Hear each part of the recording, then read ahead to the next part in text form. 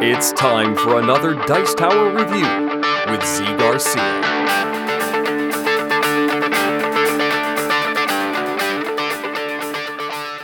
Hey folks, today I'm taking a look at another game in the Paco Game series of games, and in this case we are taking a look at Lie. Lie, as you can see, comes in this tiny little box just like all the other ones, 30 cards in here, and this one is a game in which you are going to be lying, bluffing about the cards you are holding, about the dice, which are printed on the cards that you are holding. This game might remind you of another game, which I'm going to mention after the explanation. Here we go.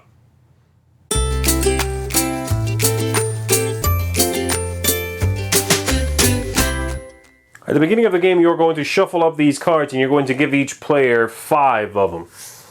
And the cards look like this. Each one basically has two dice. And each player, once they get their 5 cards, is going to decide which way they want to hold these cards, basically obscuring one face and revealing the other face. And you can do whatever you want to here, so I'm going to do that.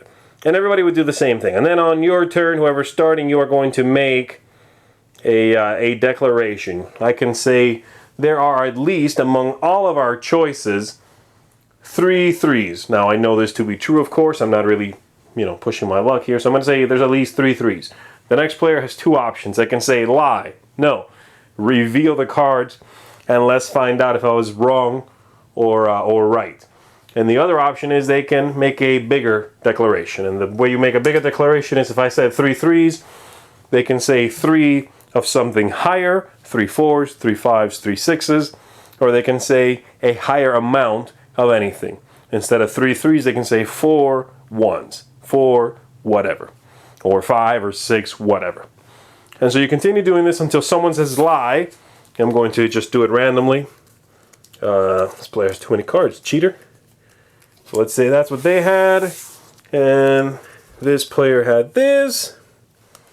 And then this player had this, and let's say I finally got to 6 threes, and the player after me said, nope, no way. So we reveal everything, like so, and we see. I definitely have 3 threes, and this player had 2 more, so I've got 5 threes, and this player had none, so I was wrong. There were not 6 threes, there were only 5 threes. We are going to, since I lost, we're going to shuffle up all the cards again, even including the ones that were not dealt out. And then when we give cards out again, I get 1 fewer. So I'll only have 4 cards for the next round. You continue going like this until one player is eliminated, and then whoever has the most cards left is the winner. That's one way for the game to end. The other way for the game to end is just to continue going until everybody but one player is completely eliminated. You can play either way you want to. There is one more variant that you can include, which I do recommend because it adds a nice amount of interest, and that is making the ones wild. As you can see, the pib on the 1 is orange, and that's because if you want to, you can make all the ones wild, and then the ones match every declaration. And so in this case, if I had said 6 threes, then there would have been plenty. There would have been 3, 4, 5, 6, 7, 8, 9, 10 threes. So you can play that way. But there's a tricky part to it. If the opening statement for the round is ones, so let's say this player starts, and they say, I think there's at least 2 ones, then the ones for this round are not wild. And that's really cool. So you're never quite sure what's going to happen until that opening bid. But that's basically it. Continue going, pushing that limit or calling lie on other players until you are the last one standing. And if you're the last one standing, you win the game.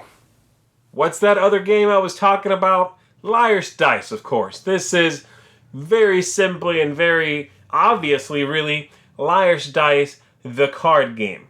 Now, is that a bad thing? No. Not at all, especially if you like Liar's Dice. As I said, I've been ranking these games. I said this in one of the other videos, or in all the other videos really, I've been ranking these games from 1 being my favorite in the line to 8 being my least favorite. There's 8 games in the pack here. And Lie is my number 1. This is my favorite game in the series. Now, I understand that this one is probably also one of the least original ones in the series, if not the least original one. But I am a huge fan of Liar's Dice, and this game does Liar's Dice, the card game, and does it just right. This is a brilliant little design that, while not original, packs a wallop if you like Liar's Dice, push your luck, that kind of game. It's clean as can be. I love the idea of the ones being wild. Sometimes you do miss the shaking of the cups and the possible re-rolling if you play with some of the versions of Liar's Dice that let you do that. I miss that, from Liar's Dice. But this tiny little package that fits in a pocket easily packs Liar's Dice into a tiny little deck of cards, and I think it does it really well. I've just been enamored with this one. I think it's brilliant. Like I said, I'm a huge fan of Liar's Dice anyway, and so if you like that style of game at all, you got to check this one out. Lie, really cool stuff. I would recommend you play till one player is out, and then just see who won at that point instead of draining everybody's hands. Might take a little long, but other than that, just really, really fun little game. Lie, check this one out, folks. 2 thumbs way up from me.